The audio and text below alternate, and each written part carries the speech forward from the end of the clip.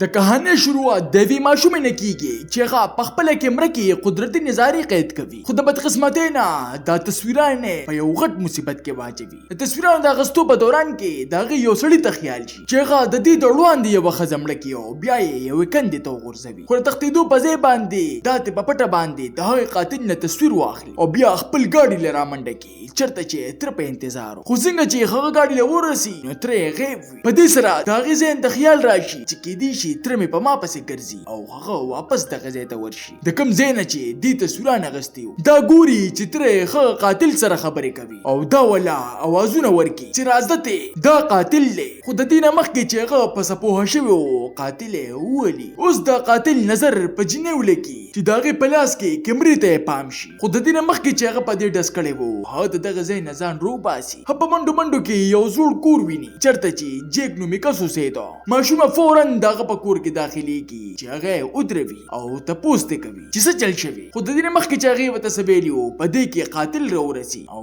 د مخې سره په جیک خپولي او په دزو کې د دوی کور ته روان وي د دې د وجې جیک په خپل زوړ د ښکار په ټوپک کې ګولې چوي او د برنا په قاتل دزو کې چې قاتل په ولګي او بیا ورته وایي چې زما تاسو سره هیڅ قسمه دښمنی نشته دی جنې زمانه تصویر غشتي دی او زموم دې سره کار دی د څه د وجې جیک ته خپل مړ زوی را یاد شي او دته فورن هغه د حواله کول نه انکار وکي چې هغه ولا دمکی ورکی چې یو برانه هم بچ نشي قاتل پخته کور کې خپل زخم صفا کوي او پر جیک د دل د کمول د پاره په چونګونو د دل ګولې خوري هغه ماشومه ورته سخت خفوي چې زما د وجې دی مرګ ته غاړي خو دی چې ورشه بلپ مال راوړه چې هغه په یو کپړه کې واچوي او چوري کی او بیا په پوړو خوري کی چې قاتل بررونه خيږي بیا ورته ماشومه ټول قصه کوي چې لاولې زما د سترګو وړاندې یو خزم مړ کړه او بیا یې حسینا بیسار التر هم مړ کو او ما سره د خلاف تصویران هم شته چې دې د کیمرې میموري کارت واخلي او په یو ګوته کې بند کی او بیا دې توایي چې وسلخانه کې پټکا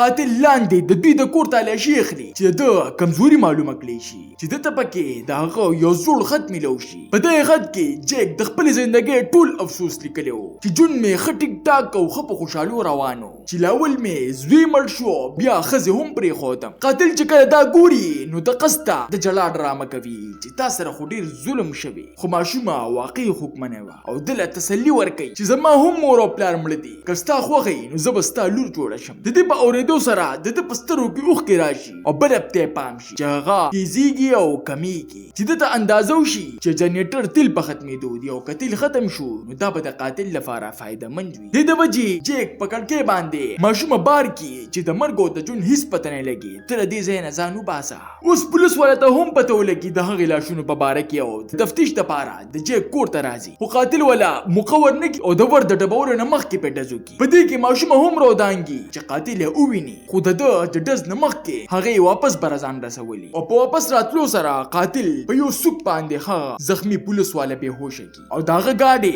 د جیک په ګراج کې ودروي چې کله د دوی کاته ختمه کم نو بیا به پکې زما خو په واپسې کې ورته د جیک پام شي او د توای چې یا د علماء یا د دې زینه په خپل باندې لاړ شه چې پس سره ورپسې قاتل په خندا شي چې دزرا باندې وکا ما ته پته را چې ستاد د دې ټوپک دلته ګولې نشي را رسولي خو جیک په د دز د کول په ځای باندې د عقل نه کار واخلي ولې چې هغه ته پته وي چې زما ټوپک کې صرف یو ګولې پاتې ده او په دې کې په قاتل خپل تمانچرو باسي خو د دز نمخ کې خغه دن نشي د دوی د يرولو د پاره قاتل بیا یو واجبه حربه استعمالوي هغه ځان ته دغه زخمی پولیس والا په کرسي وتړي او بیا پاغه داسې تشدد کوي چې چغته وباسي او بیا ورلا په سر تمانچه کېږي او دوی ته وایي کچره لاندې راکوز نشوي نو د مرګ به تاسو ذمہواری خو کله چې په دیم کارو نشي نو ورته وایي چې زلالم بارتا او کسپټه مټه ولا کوي نو لاندې ولا راکوشي او جیک هم دغه په جال کې راشي او لاندې راکوشي خو د پولیس والا مړوي او کته د قاتل د بوت نه علاوه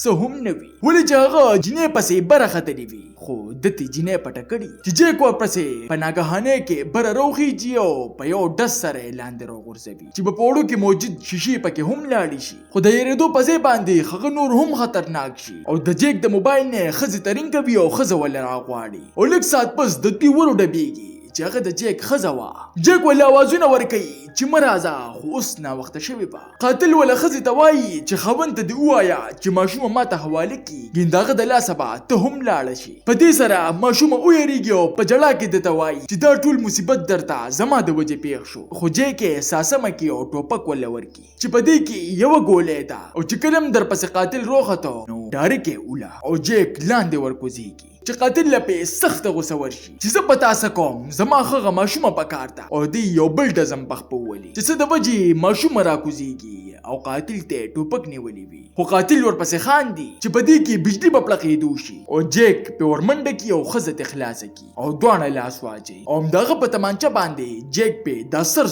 ووهي چې په دې کې تکه توره تیاره شي. ښځې په منډه باندې د گاډي لیټونه کولو کې او امبولانس ته رنګ وکړي او دننه قاتل ته ماشومې ټوپک نیولي چې په ډز سره ولا کار تمام کړي. خو جیک هم سر ټیټي پروت وي چې د ماشومې په ژړا باندې په هوش کې راشي. په دې سره جیک ته خپله ښځه هم واپس میلو شي او یوه لور هم. تاسو ته نننۍ کهاني څنګه ولګېده ما ته خپله قیمتي رای په کمنټ کې ضرور راکړئ. ملاویږو به په یو نوي ویډیو سره. ما له راکړئ اجازت. بای بای.